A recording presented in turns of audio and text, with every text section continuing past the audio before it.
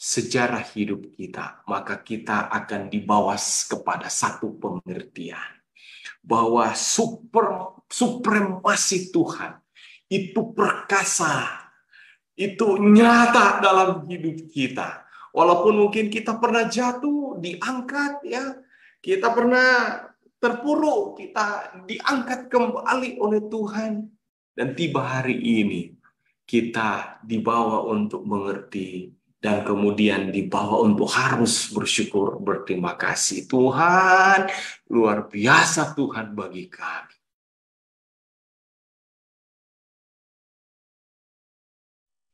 Baik, saya perlihatkan kita hari ini bahwa sesuai dengan ayat inti di dalam Mazmur pasal 78 ayat 3, 4, apa yang telah kami dengar, kami ketahui, dan yang diceritakan kepada kami oleh nenek moyang kami tidak hendak sembunyikan kepada anak-anak mereka, tetapi kami akan ceritakan kepada angkatan yang kemudian puji-pujian kepada Tuhan dan kekuatannya dan perbuatan ajaibnya yang telah dilakukannya.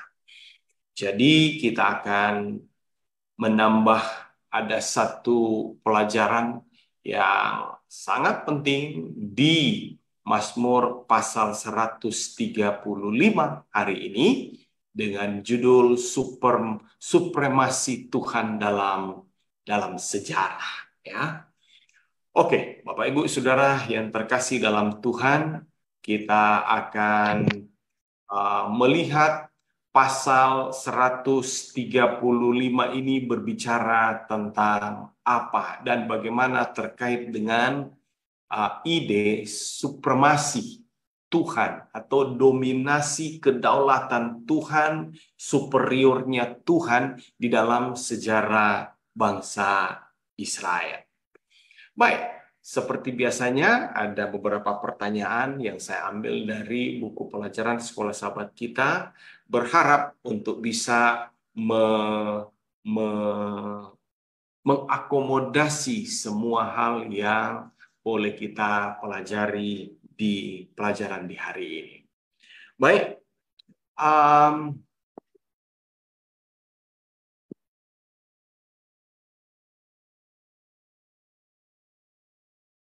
oke, jadi diminta kepada kita untuk membaca Mazmur 135. Setelah membacanya, ada sebuah pertanyaan yang perlu untuk dijawab. Peristiwa apakah yang ditonjolkan dalam Mazmur, khususnya pasal 135? Dan kira-kira pelajaran apakah yang diambil oleh pemazmur dari sejarah yang diungkapkan? Nah, tentunya kita harus membaca ya, cari tahu itu apa. Dan ingin saya tampilkan di sini, jadi Mazmur pasal 135 memanggil umat-umat Allah untuk memuji Tuhan atas kebaikan Tuhan, atas kesetiaan Tuhan yang telah ditunjukkan dalam dua hal. Walaupun dalam pelajaran sekolah sahabat kita ada menyebutkan 3 ya, tetapi saya boleh cakup itu dalam 3 hal. Dua hal. Yang pertama adalah penciptaan. Muncul di ayat 3, ayat 5, 6, dan 7. Diawali dengan pujilah Tuhan, sebab Tuhan itu baik. Bermazmurlah bagi namanya, sebab nama itu indah. Di ayat 5, sesungguhnya aku tahu bahwa Tuhan yang dipuji, Tuhan yang baik itu adalah maha besar. Dan Tuhan kita itu melebihi segala Allah. Di bagian pertama saja, pemazmur sudah mulai untuk membedakan ini Allah, ini Allah-Allah, segala Allah yang ada di dunia ini. Ya, satu perbandingan yang sedang dia nyatakan. Kemudian dia katakan sesungguhnya aku tahu bahwa Tuhan itu Maha Besar. Kemudian ayat 6, ya, Tuhan melakukan ya apa yang dikehendakinya di langit, di bumi, di laut, segenap samudera raya. Dari kalimat-kalimat ini membuktikan bahwa kuasa Allah nyata di dalam alam semesta. Dan itu tidak lain, sangat kuat, erat merujuk kepada penciptaan. Penciptaan. Dan ayat 7, ia menaikkan kabut dari ujung bumi, ia membuat kilat mengikuti hujan, ia mengeluarkan angin dari dalam perbendaharaannya. Jadi saudara lihat kemahakuasaan Allah itu dinyatakan di ayat-ayat ini. Dia yang mencipta, dia yang mengendalikan, mengatur rotasi alam semesta, bahkan unsur-unsur yang ada di dunia ini, ya. Di dunia ini termasuk kabut, kilat, hujan, angin, itu di bawah atau di dalam pengendalian Tuhan. Kemudian yang kedua, dalam kedua ini ada bisa 2 atau 3 ide yang dimunculkan di dalam memuji Tuhan. Jadi kita diajak untuk memuji Tuhan karena Allah itu telah menciptakan. Memuji kemahakuasaan Tuhan, Dia adalah pencipta alam semesta termasuk hidup kita. Yang kedua, pemazmur menyoroti sehubungan dengan sejarah Israel. Jadi di sini kita akan melihat bahwa Israel dalam hal ini ada beberapa, tadi saya sebutkan ada 3 tahapan, ya. Yang pertama di ayat 4. Ya, jadi ayat 3 disebutkan pujilah Tuhan sebab Tuhan itu baik. Kemudian ayat 4, sebab Tuhan telah memilih Yakub baginya, Israel menjadi milik kesayangannya. Dia pencipta, tapi dia juga yang memilih, yang menentukan, yang menetapkan. Seseorang, satu bangsa, itu menjadi milik kepunyaan. Bahkan disebutkan milik kesayangan. Tidak hanya penentuan atau pemilihan, ya, namun dikatakan di ayat 8, 9, 10, 11, kita bisa memahami bahwa Allah memproteksi umat kesayangannya. Beberapa minggu yang lalu saya pernah cerita, saya suka untuk koleksi CD. Ini compact disc, ya. CD Heritage begitu menjaga, ya. Saya beli, saya miliki, kemudian saya jaganya luar biasa, saudara. Saya takut saya nggak mau lecet atau kucek gitu, ya, setelah dipinjam oleh orang lain. Nah, saudara lihat di sini, dia yang memukul mati anak-anak sulung. Dia yang mendatangkan tanda-tanda mujizat. Ia menentang Firaun dan pegawainya. Dia memukul kala raja-raja. Kata lain, Tuhan memproteksi umat kesayangannya dari segala serangan musuh-musuh. Ya. Jadi Tuhan tidak hanya memilih, menentukan, menetapkan, tetapi Tuhan juga memproteksi, melindungi, membentengi umat pilihannya. Dan ini adalah sebuah tindakan Allah yang lebih utama yang boleh kita lihat jika kita membaca Keluaran pasal 20, ketika Tuhan menyatakan akan 10, memberikan 10 perintah Tuhan. Di atas itu, di bagian awal disebutkan bahwa Dia adalah Allah, Dia adalah Tuhan yang telah membebaskan bangsa Israel keluar dari Mesir. Kemudian Dia mau menyatakan inilah aturan itu, inilah perintah-perintahnya.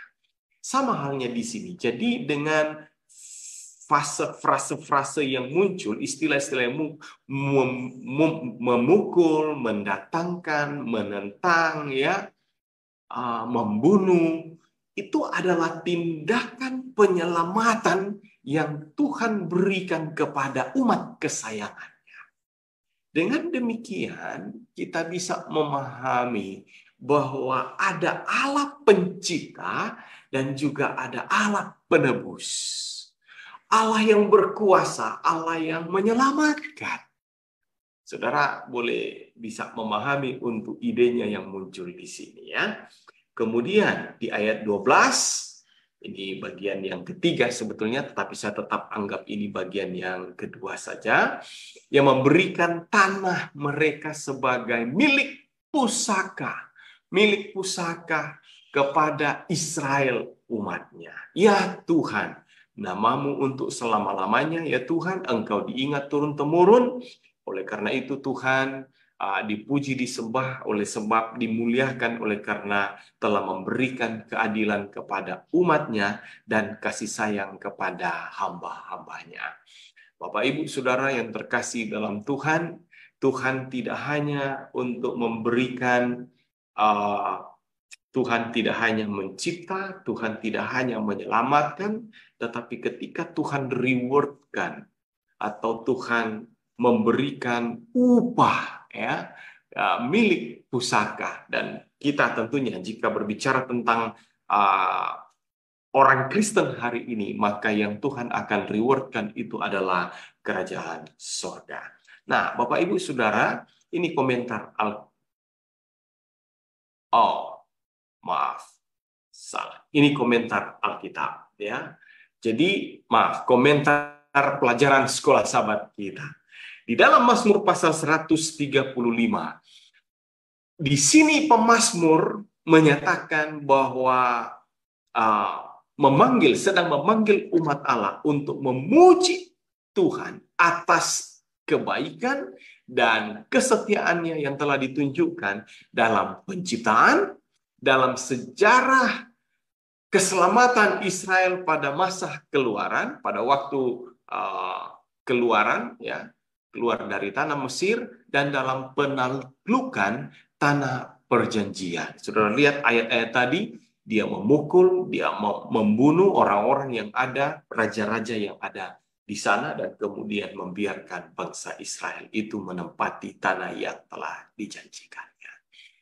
Nah, disebutkan juga di dalam buku kita bahwa Tuhan menunjukkan kasih karunia-Nya dengan memilih umat Israel sebagai milik kesayangannya. Milik kesayangan menyampaikan hubungan perjanjian khusus antara Tuhan dan umatnya. Dan pemilihan Israel didasarkan pada kehendak Tuhan yang berdaulat. Dan dengan demikian, Israel tidak memiliki alasan untuk merasa lebih unggul dari bangsa yang lain. Memang ada juga tergoda, ya. Kalau dibilang begini, saya anak kesayangan Bapak Jokowi. Ada bangganya, saudara, ada bangganya. Tetapi bukan karena ada apa-apanya dengan saya, ya. Itu adalah hak mutlak Allah yang memilih kita. Jadi bukan oleh karena kita, tetapi Allah. Jadi di sini dikatakan bahwa jangan kita merasa lebih unggul. Ya, terkadang kita jadi sombong, ya, arogan karena kita anak kesayangan dari pihak tertentu dan kita merasa memandang rendah orang lain. Ya, tetapi kita harus mengingat bahwa itu privilege yang kita dapat itu oleh karena kebaikan orang lain. Jadi kita pun harus berbaik hati kepada orang lain dalam konteks ini ya, untuk secara lebih luas lagi. Mazmur 137 ayat 6-7 menunjukkan bahwa tujuan kedaulatan Tuhan bagi dunia tidak dimulai dengan Israel, tetapi justru dengan penciptaan. Itu yang muncul di pasal kita. Jadi sebelum pemazmur mengungkapkan bagaimana Allah berkuasa begitu hebat untuk menyelamatkan bangsa Israel, dia terlebih dahulu menunjukkan Allah itu begitu dahsyat, kebaikannya, kasih setianya, kuasanya luar biasa hebat pada waktu penciptaan. Jadi saudara, ini luar biasa karena kalimat berikutnya dikatakan oleh karena itu ya Israel harus rendah hati memenuhi perannya dalam tujuan keselamatan untuk seluruh dunia. Baik, kemudian satu kutipan lagi sebelum kita masuk kepada pertanyaan berikutnya. Dia katakan bahwa penghitungan kembali perbuatan besar Allah atas nama umatnya berpuncak pada janji bahwa Allah akan menghakimi umatnya yang muncul di ayat 14 dan berbelas kasihan kepada mereka. Nah, penghakiman di sini adalah pembenaran Allah atas orang-orang yang tertindas dan melarat. Kata lain, penghakiman ini Tuhan buat untuk mengakomodasi keadilan, memberikan keadilan seadil-adilnya kepada orang-orang yang tertindas. Sama halnya juga penghakiman bagi kita, saudara. Ada pertanyaan kemarin yang muncul, ini kabar baik atau kabar buruk untuk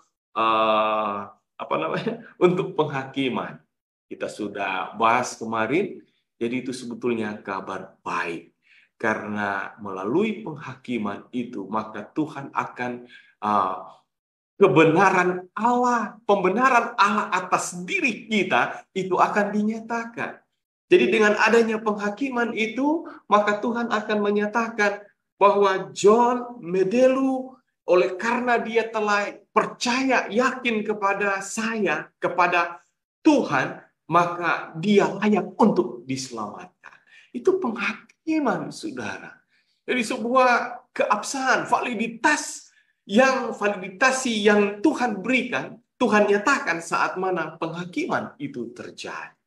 Jadi saudara, ya ini bukti ya, kita tidak perlu untuk takut. Jadi ketika Tuhan menghakimi dalam ayat-ayat itu tadi, baik Firaun, tentara-tentara pegawai-pegawai Mesir, ya, kemudian ada sejumlah nama-nama raja di ayat-ayat tadi, saudara, itu sedang menunjukkan tentang penghakiman Tuhan kepada mereka, sekaligus memberikan pembenaran dari pihak Allah kepada umat Israel. Jadi saudara lihat, ini idenya yang boleh kita dapatkan. Janjinya adalah bahwa Tuhan akan mendukung tujuan umatnya dan membela mereka. Jadi Mazmur 135 bertujuan untuk menginspirasi umat Allah agar percaya kepada Tuhan dan tetap setia pada perjanjian mereka dengannya. Jadi saudara, kita sudah dapat gambaran kira-kira peristiwa apa saja yang dimunculkan oleh pemazmur di dalam pasal 135 itu berbicara tentang sejarah dunia ini ketika Tuhan menciptakan langit dan bumi, laut dan segala isinya, dan kemudian sejarah Israel. Bagaimana dia diambil, ditetapkan menjadi umat pilihan kesayangannya, kemudian bagaimana dia Israel ini digiring, dihalau, dan kemudian diselamatkan, dan bagaimana Israel kemudian bisa menduduki tanah itu sebagai reward milik pusakanya, ya, disitulah kita bisa melihat itulah pengalaman-pengalaman pada waktu masa lampau dari bangsa Israel yang diungkapkan oleh pemazmur. Nah, sekarang mari kita lihat pertanyaan yang kedua. Dan ini adalah pertanyaan yang terakhir. Bagaimanakah kita bisa memastikan bahwa kita tidak memiliki berhala dalam hidup kita sendiri? Bagaimana kita bisa memastikan kita tidak memiliki berhala? Dapatkah saya pastikan? Memastikannya iya. Tapi bagaimana memastikan atau mengkondisikannya itu menjadi sebuah refleksi bagi kita masing-masing. Mengapa berhala ini muncul di pertanyaan kita? Saya akan tunjukkan kepada saudara setelah slide ini. Mengapa penyembahan berhala lebih mudah dilakukan daripada yang kita sadari? Mengapa begitu spontan ya? Itu dengan sendirinya bisa kita lakukan. Oke, mari kita lihat pada ayat-ayat berikut ini ya. Jadi mulai dari ayat 15 sampai ayat 18 dari pasal ini berbicara tentang berhala. Saya bacakan, saudara. Berhala bangsa-bangsa lebih kuat merujuk kepada berhalanya Mesir, berhalanya orang-orang yang Amori, ya, suku-suku yang disebutkan pada, saya boleh tampilkan kembali, ini dia. Maaf. Ya. Saudara lihat di sini ada Sihon, orang Amori, negeri Basan, Kanaan, ya. Raja-raja orang Mesir, mereka mempunyai berhala. Ya. Nah, dalam konteks ini pemazmur cukup, ya boleh saya bilang bijaksana menampilkan ini di bagian akhir sebelum mengajak, memanggil, buat appeal untuk bertindak sesuatu. Jadi, saudara, kita diperlihatkan di sini adalah bahwa berhala bangsa-bangsa secara umum untuk dunia ini, tetapi lebih merujuk kepada mereka yang dihalaukan oleh Tuhan, dipukul kalah oleh Tuhan. Berhala mereka adalah perak, emas, itu adalah buatan tangan manusia. Yang menarik, pemazmur kasih tahu lagi seperti ini. Ini sepertinya sebetulnya mengolok-ngolok, mengejek ya. Adalah mempunyai mulut, tetapi tidak dapat berkata-kata. Mempunyai mata, tetapi tidak dapat melihat. Mempunyai telinga, tetapi tidak dapat mendengar. Juga nafas tidak ada dalam mulut mereka. Tidak hanya patung buatan tangan mereka, berhala yang dimaksud, tetapi juga yang disinggung oleh pemazmur adalah mereka yang menyembah menyembah patung itu. Di ayat 18 dia katakan, seperti itulah jadinya orang-orang yang membuatnya. Semua orang yang percaya kepadanya. Wow, saudara boleh melihat kita hari ini bahwa sebetulnya sedang mengangkat sebuah pemikiran bahwa berhala-berhala ini adalah kesia-siaan. Dan membuat kemudian percaya, menaruh harapan bergantung pada berhala ini adalah sia-sia juga. Dan untuk itu, mari coba kita hubungkan dengan apa yang diungkapkan oleh pemazmur di awal, kemudian dia sisipkan ini sebelum ada bagian yang terakhir yang dia sampaikan. Ketika hari ini kita merefleksikan kehidupan kita, melihat, mengingat masa lampau kita, bagaimana begitu baik Tuhan dalam hidup kita, dan kita bisa mengecap kebaikan-kebaikan Tuhan, dan oleh karena itu kita mengangkat pujian kepada Tuhan. Namun di sisi yang lain, saat merefleksi akan pengalaman-pengalaman masa lalu, maka kita bisa mengenang kembali, mengingat kembali kejatuhan-kejatuhan kita. Pernah di satu waktu saya bergumul, dan mungkin di situ saya lihat dengan jelas,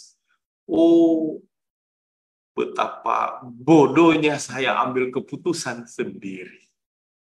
Maksudnya oleh keputusan itu saya terseok-seok. Saya rasa tidak diberkati. Dan Oh, untung ada Tuhan. Puji Tuhan, saat saya kembali, Tuhan kembali menata jalan kehidupan kami. Mulai bangkit dari keterpurukan. Dan akhirnya tiba juga hari ini. Saudara, itu menjadi sebuah refleksi untuk melihat dosa-dosa, kejatuhan-kejatuhan yang membuat kita mau selalu bertobat, ya. Tetapi tidak hanya sekedar bertobat, tetapi ada satu penyesalan yang besar yang membuat kita berbalik, ya, arah. Boleh kita sebut 180 derajat, ya, berbalik arah untuk mengikut Tuhan. Sakeus, dia telah meninggalkan banyak hal dan dia mau ikut Tuhan.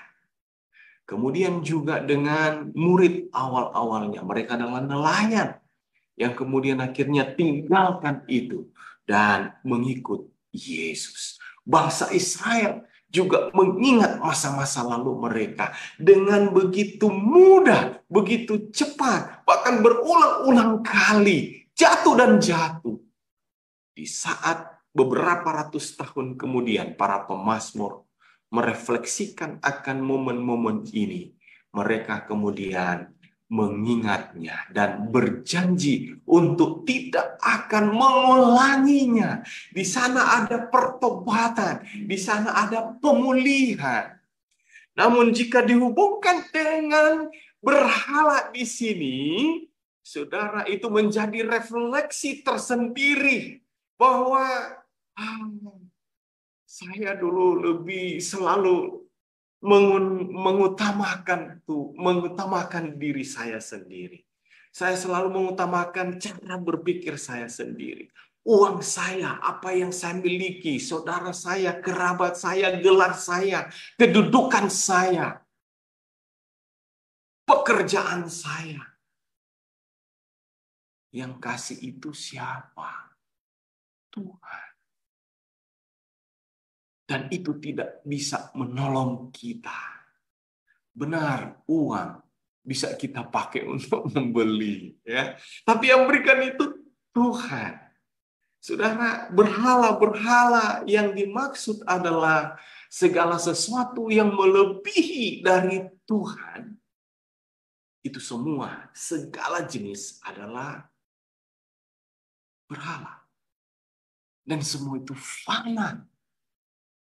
Fana, saudara. Jadi di bagian akhir, pemazmur sedang mengajak kita bahwa Allah itu Allah yang kekal.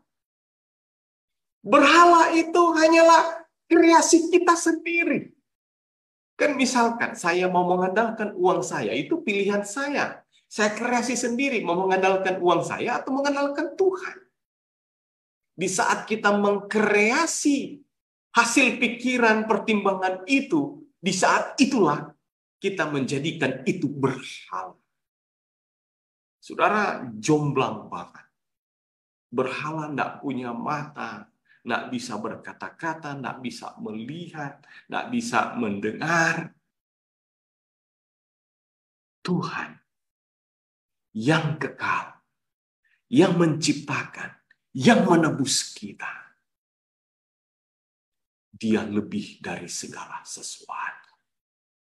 Dan untuk itu, saudara, maka pelajaran sekolah Sabat kita menyebutkan begini. Kesetiaan Tuhan kepada umatnya memimpin pemazmur untuk menegaskan ketidakberdayaan berhala dan supremasi unik Tuhan di dunia.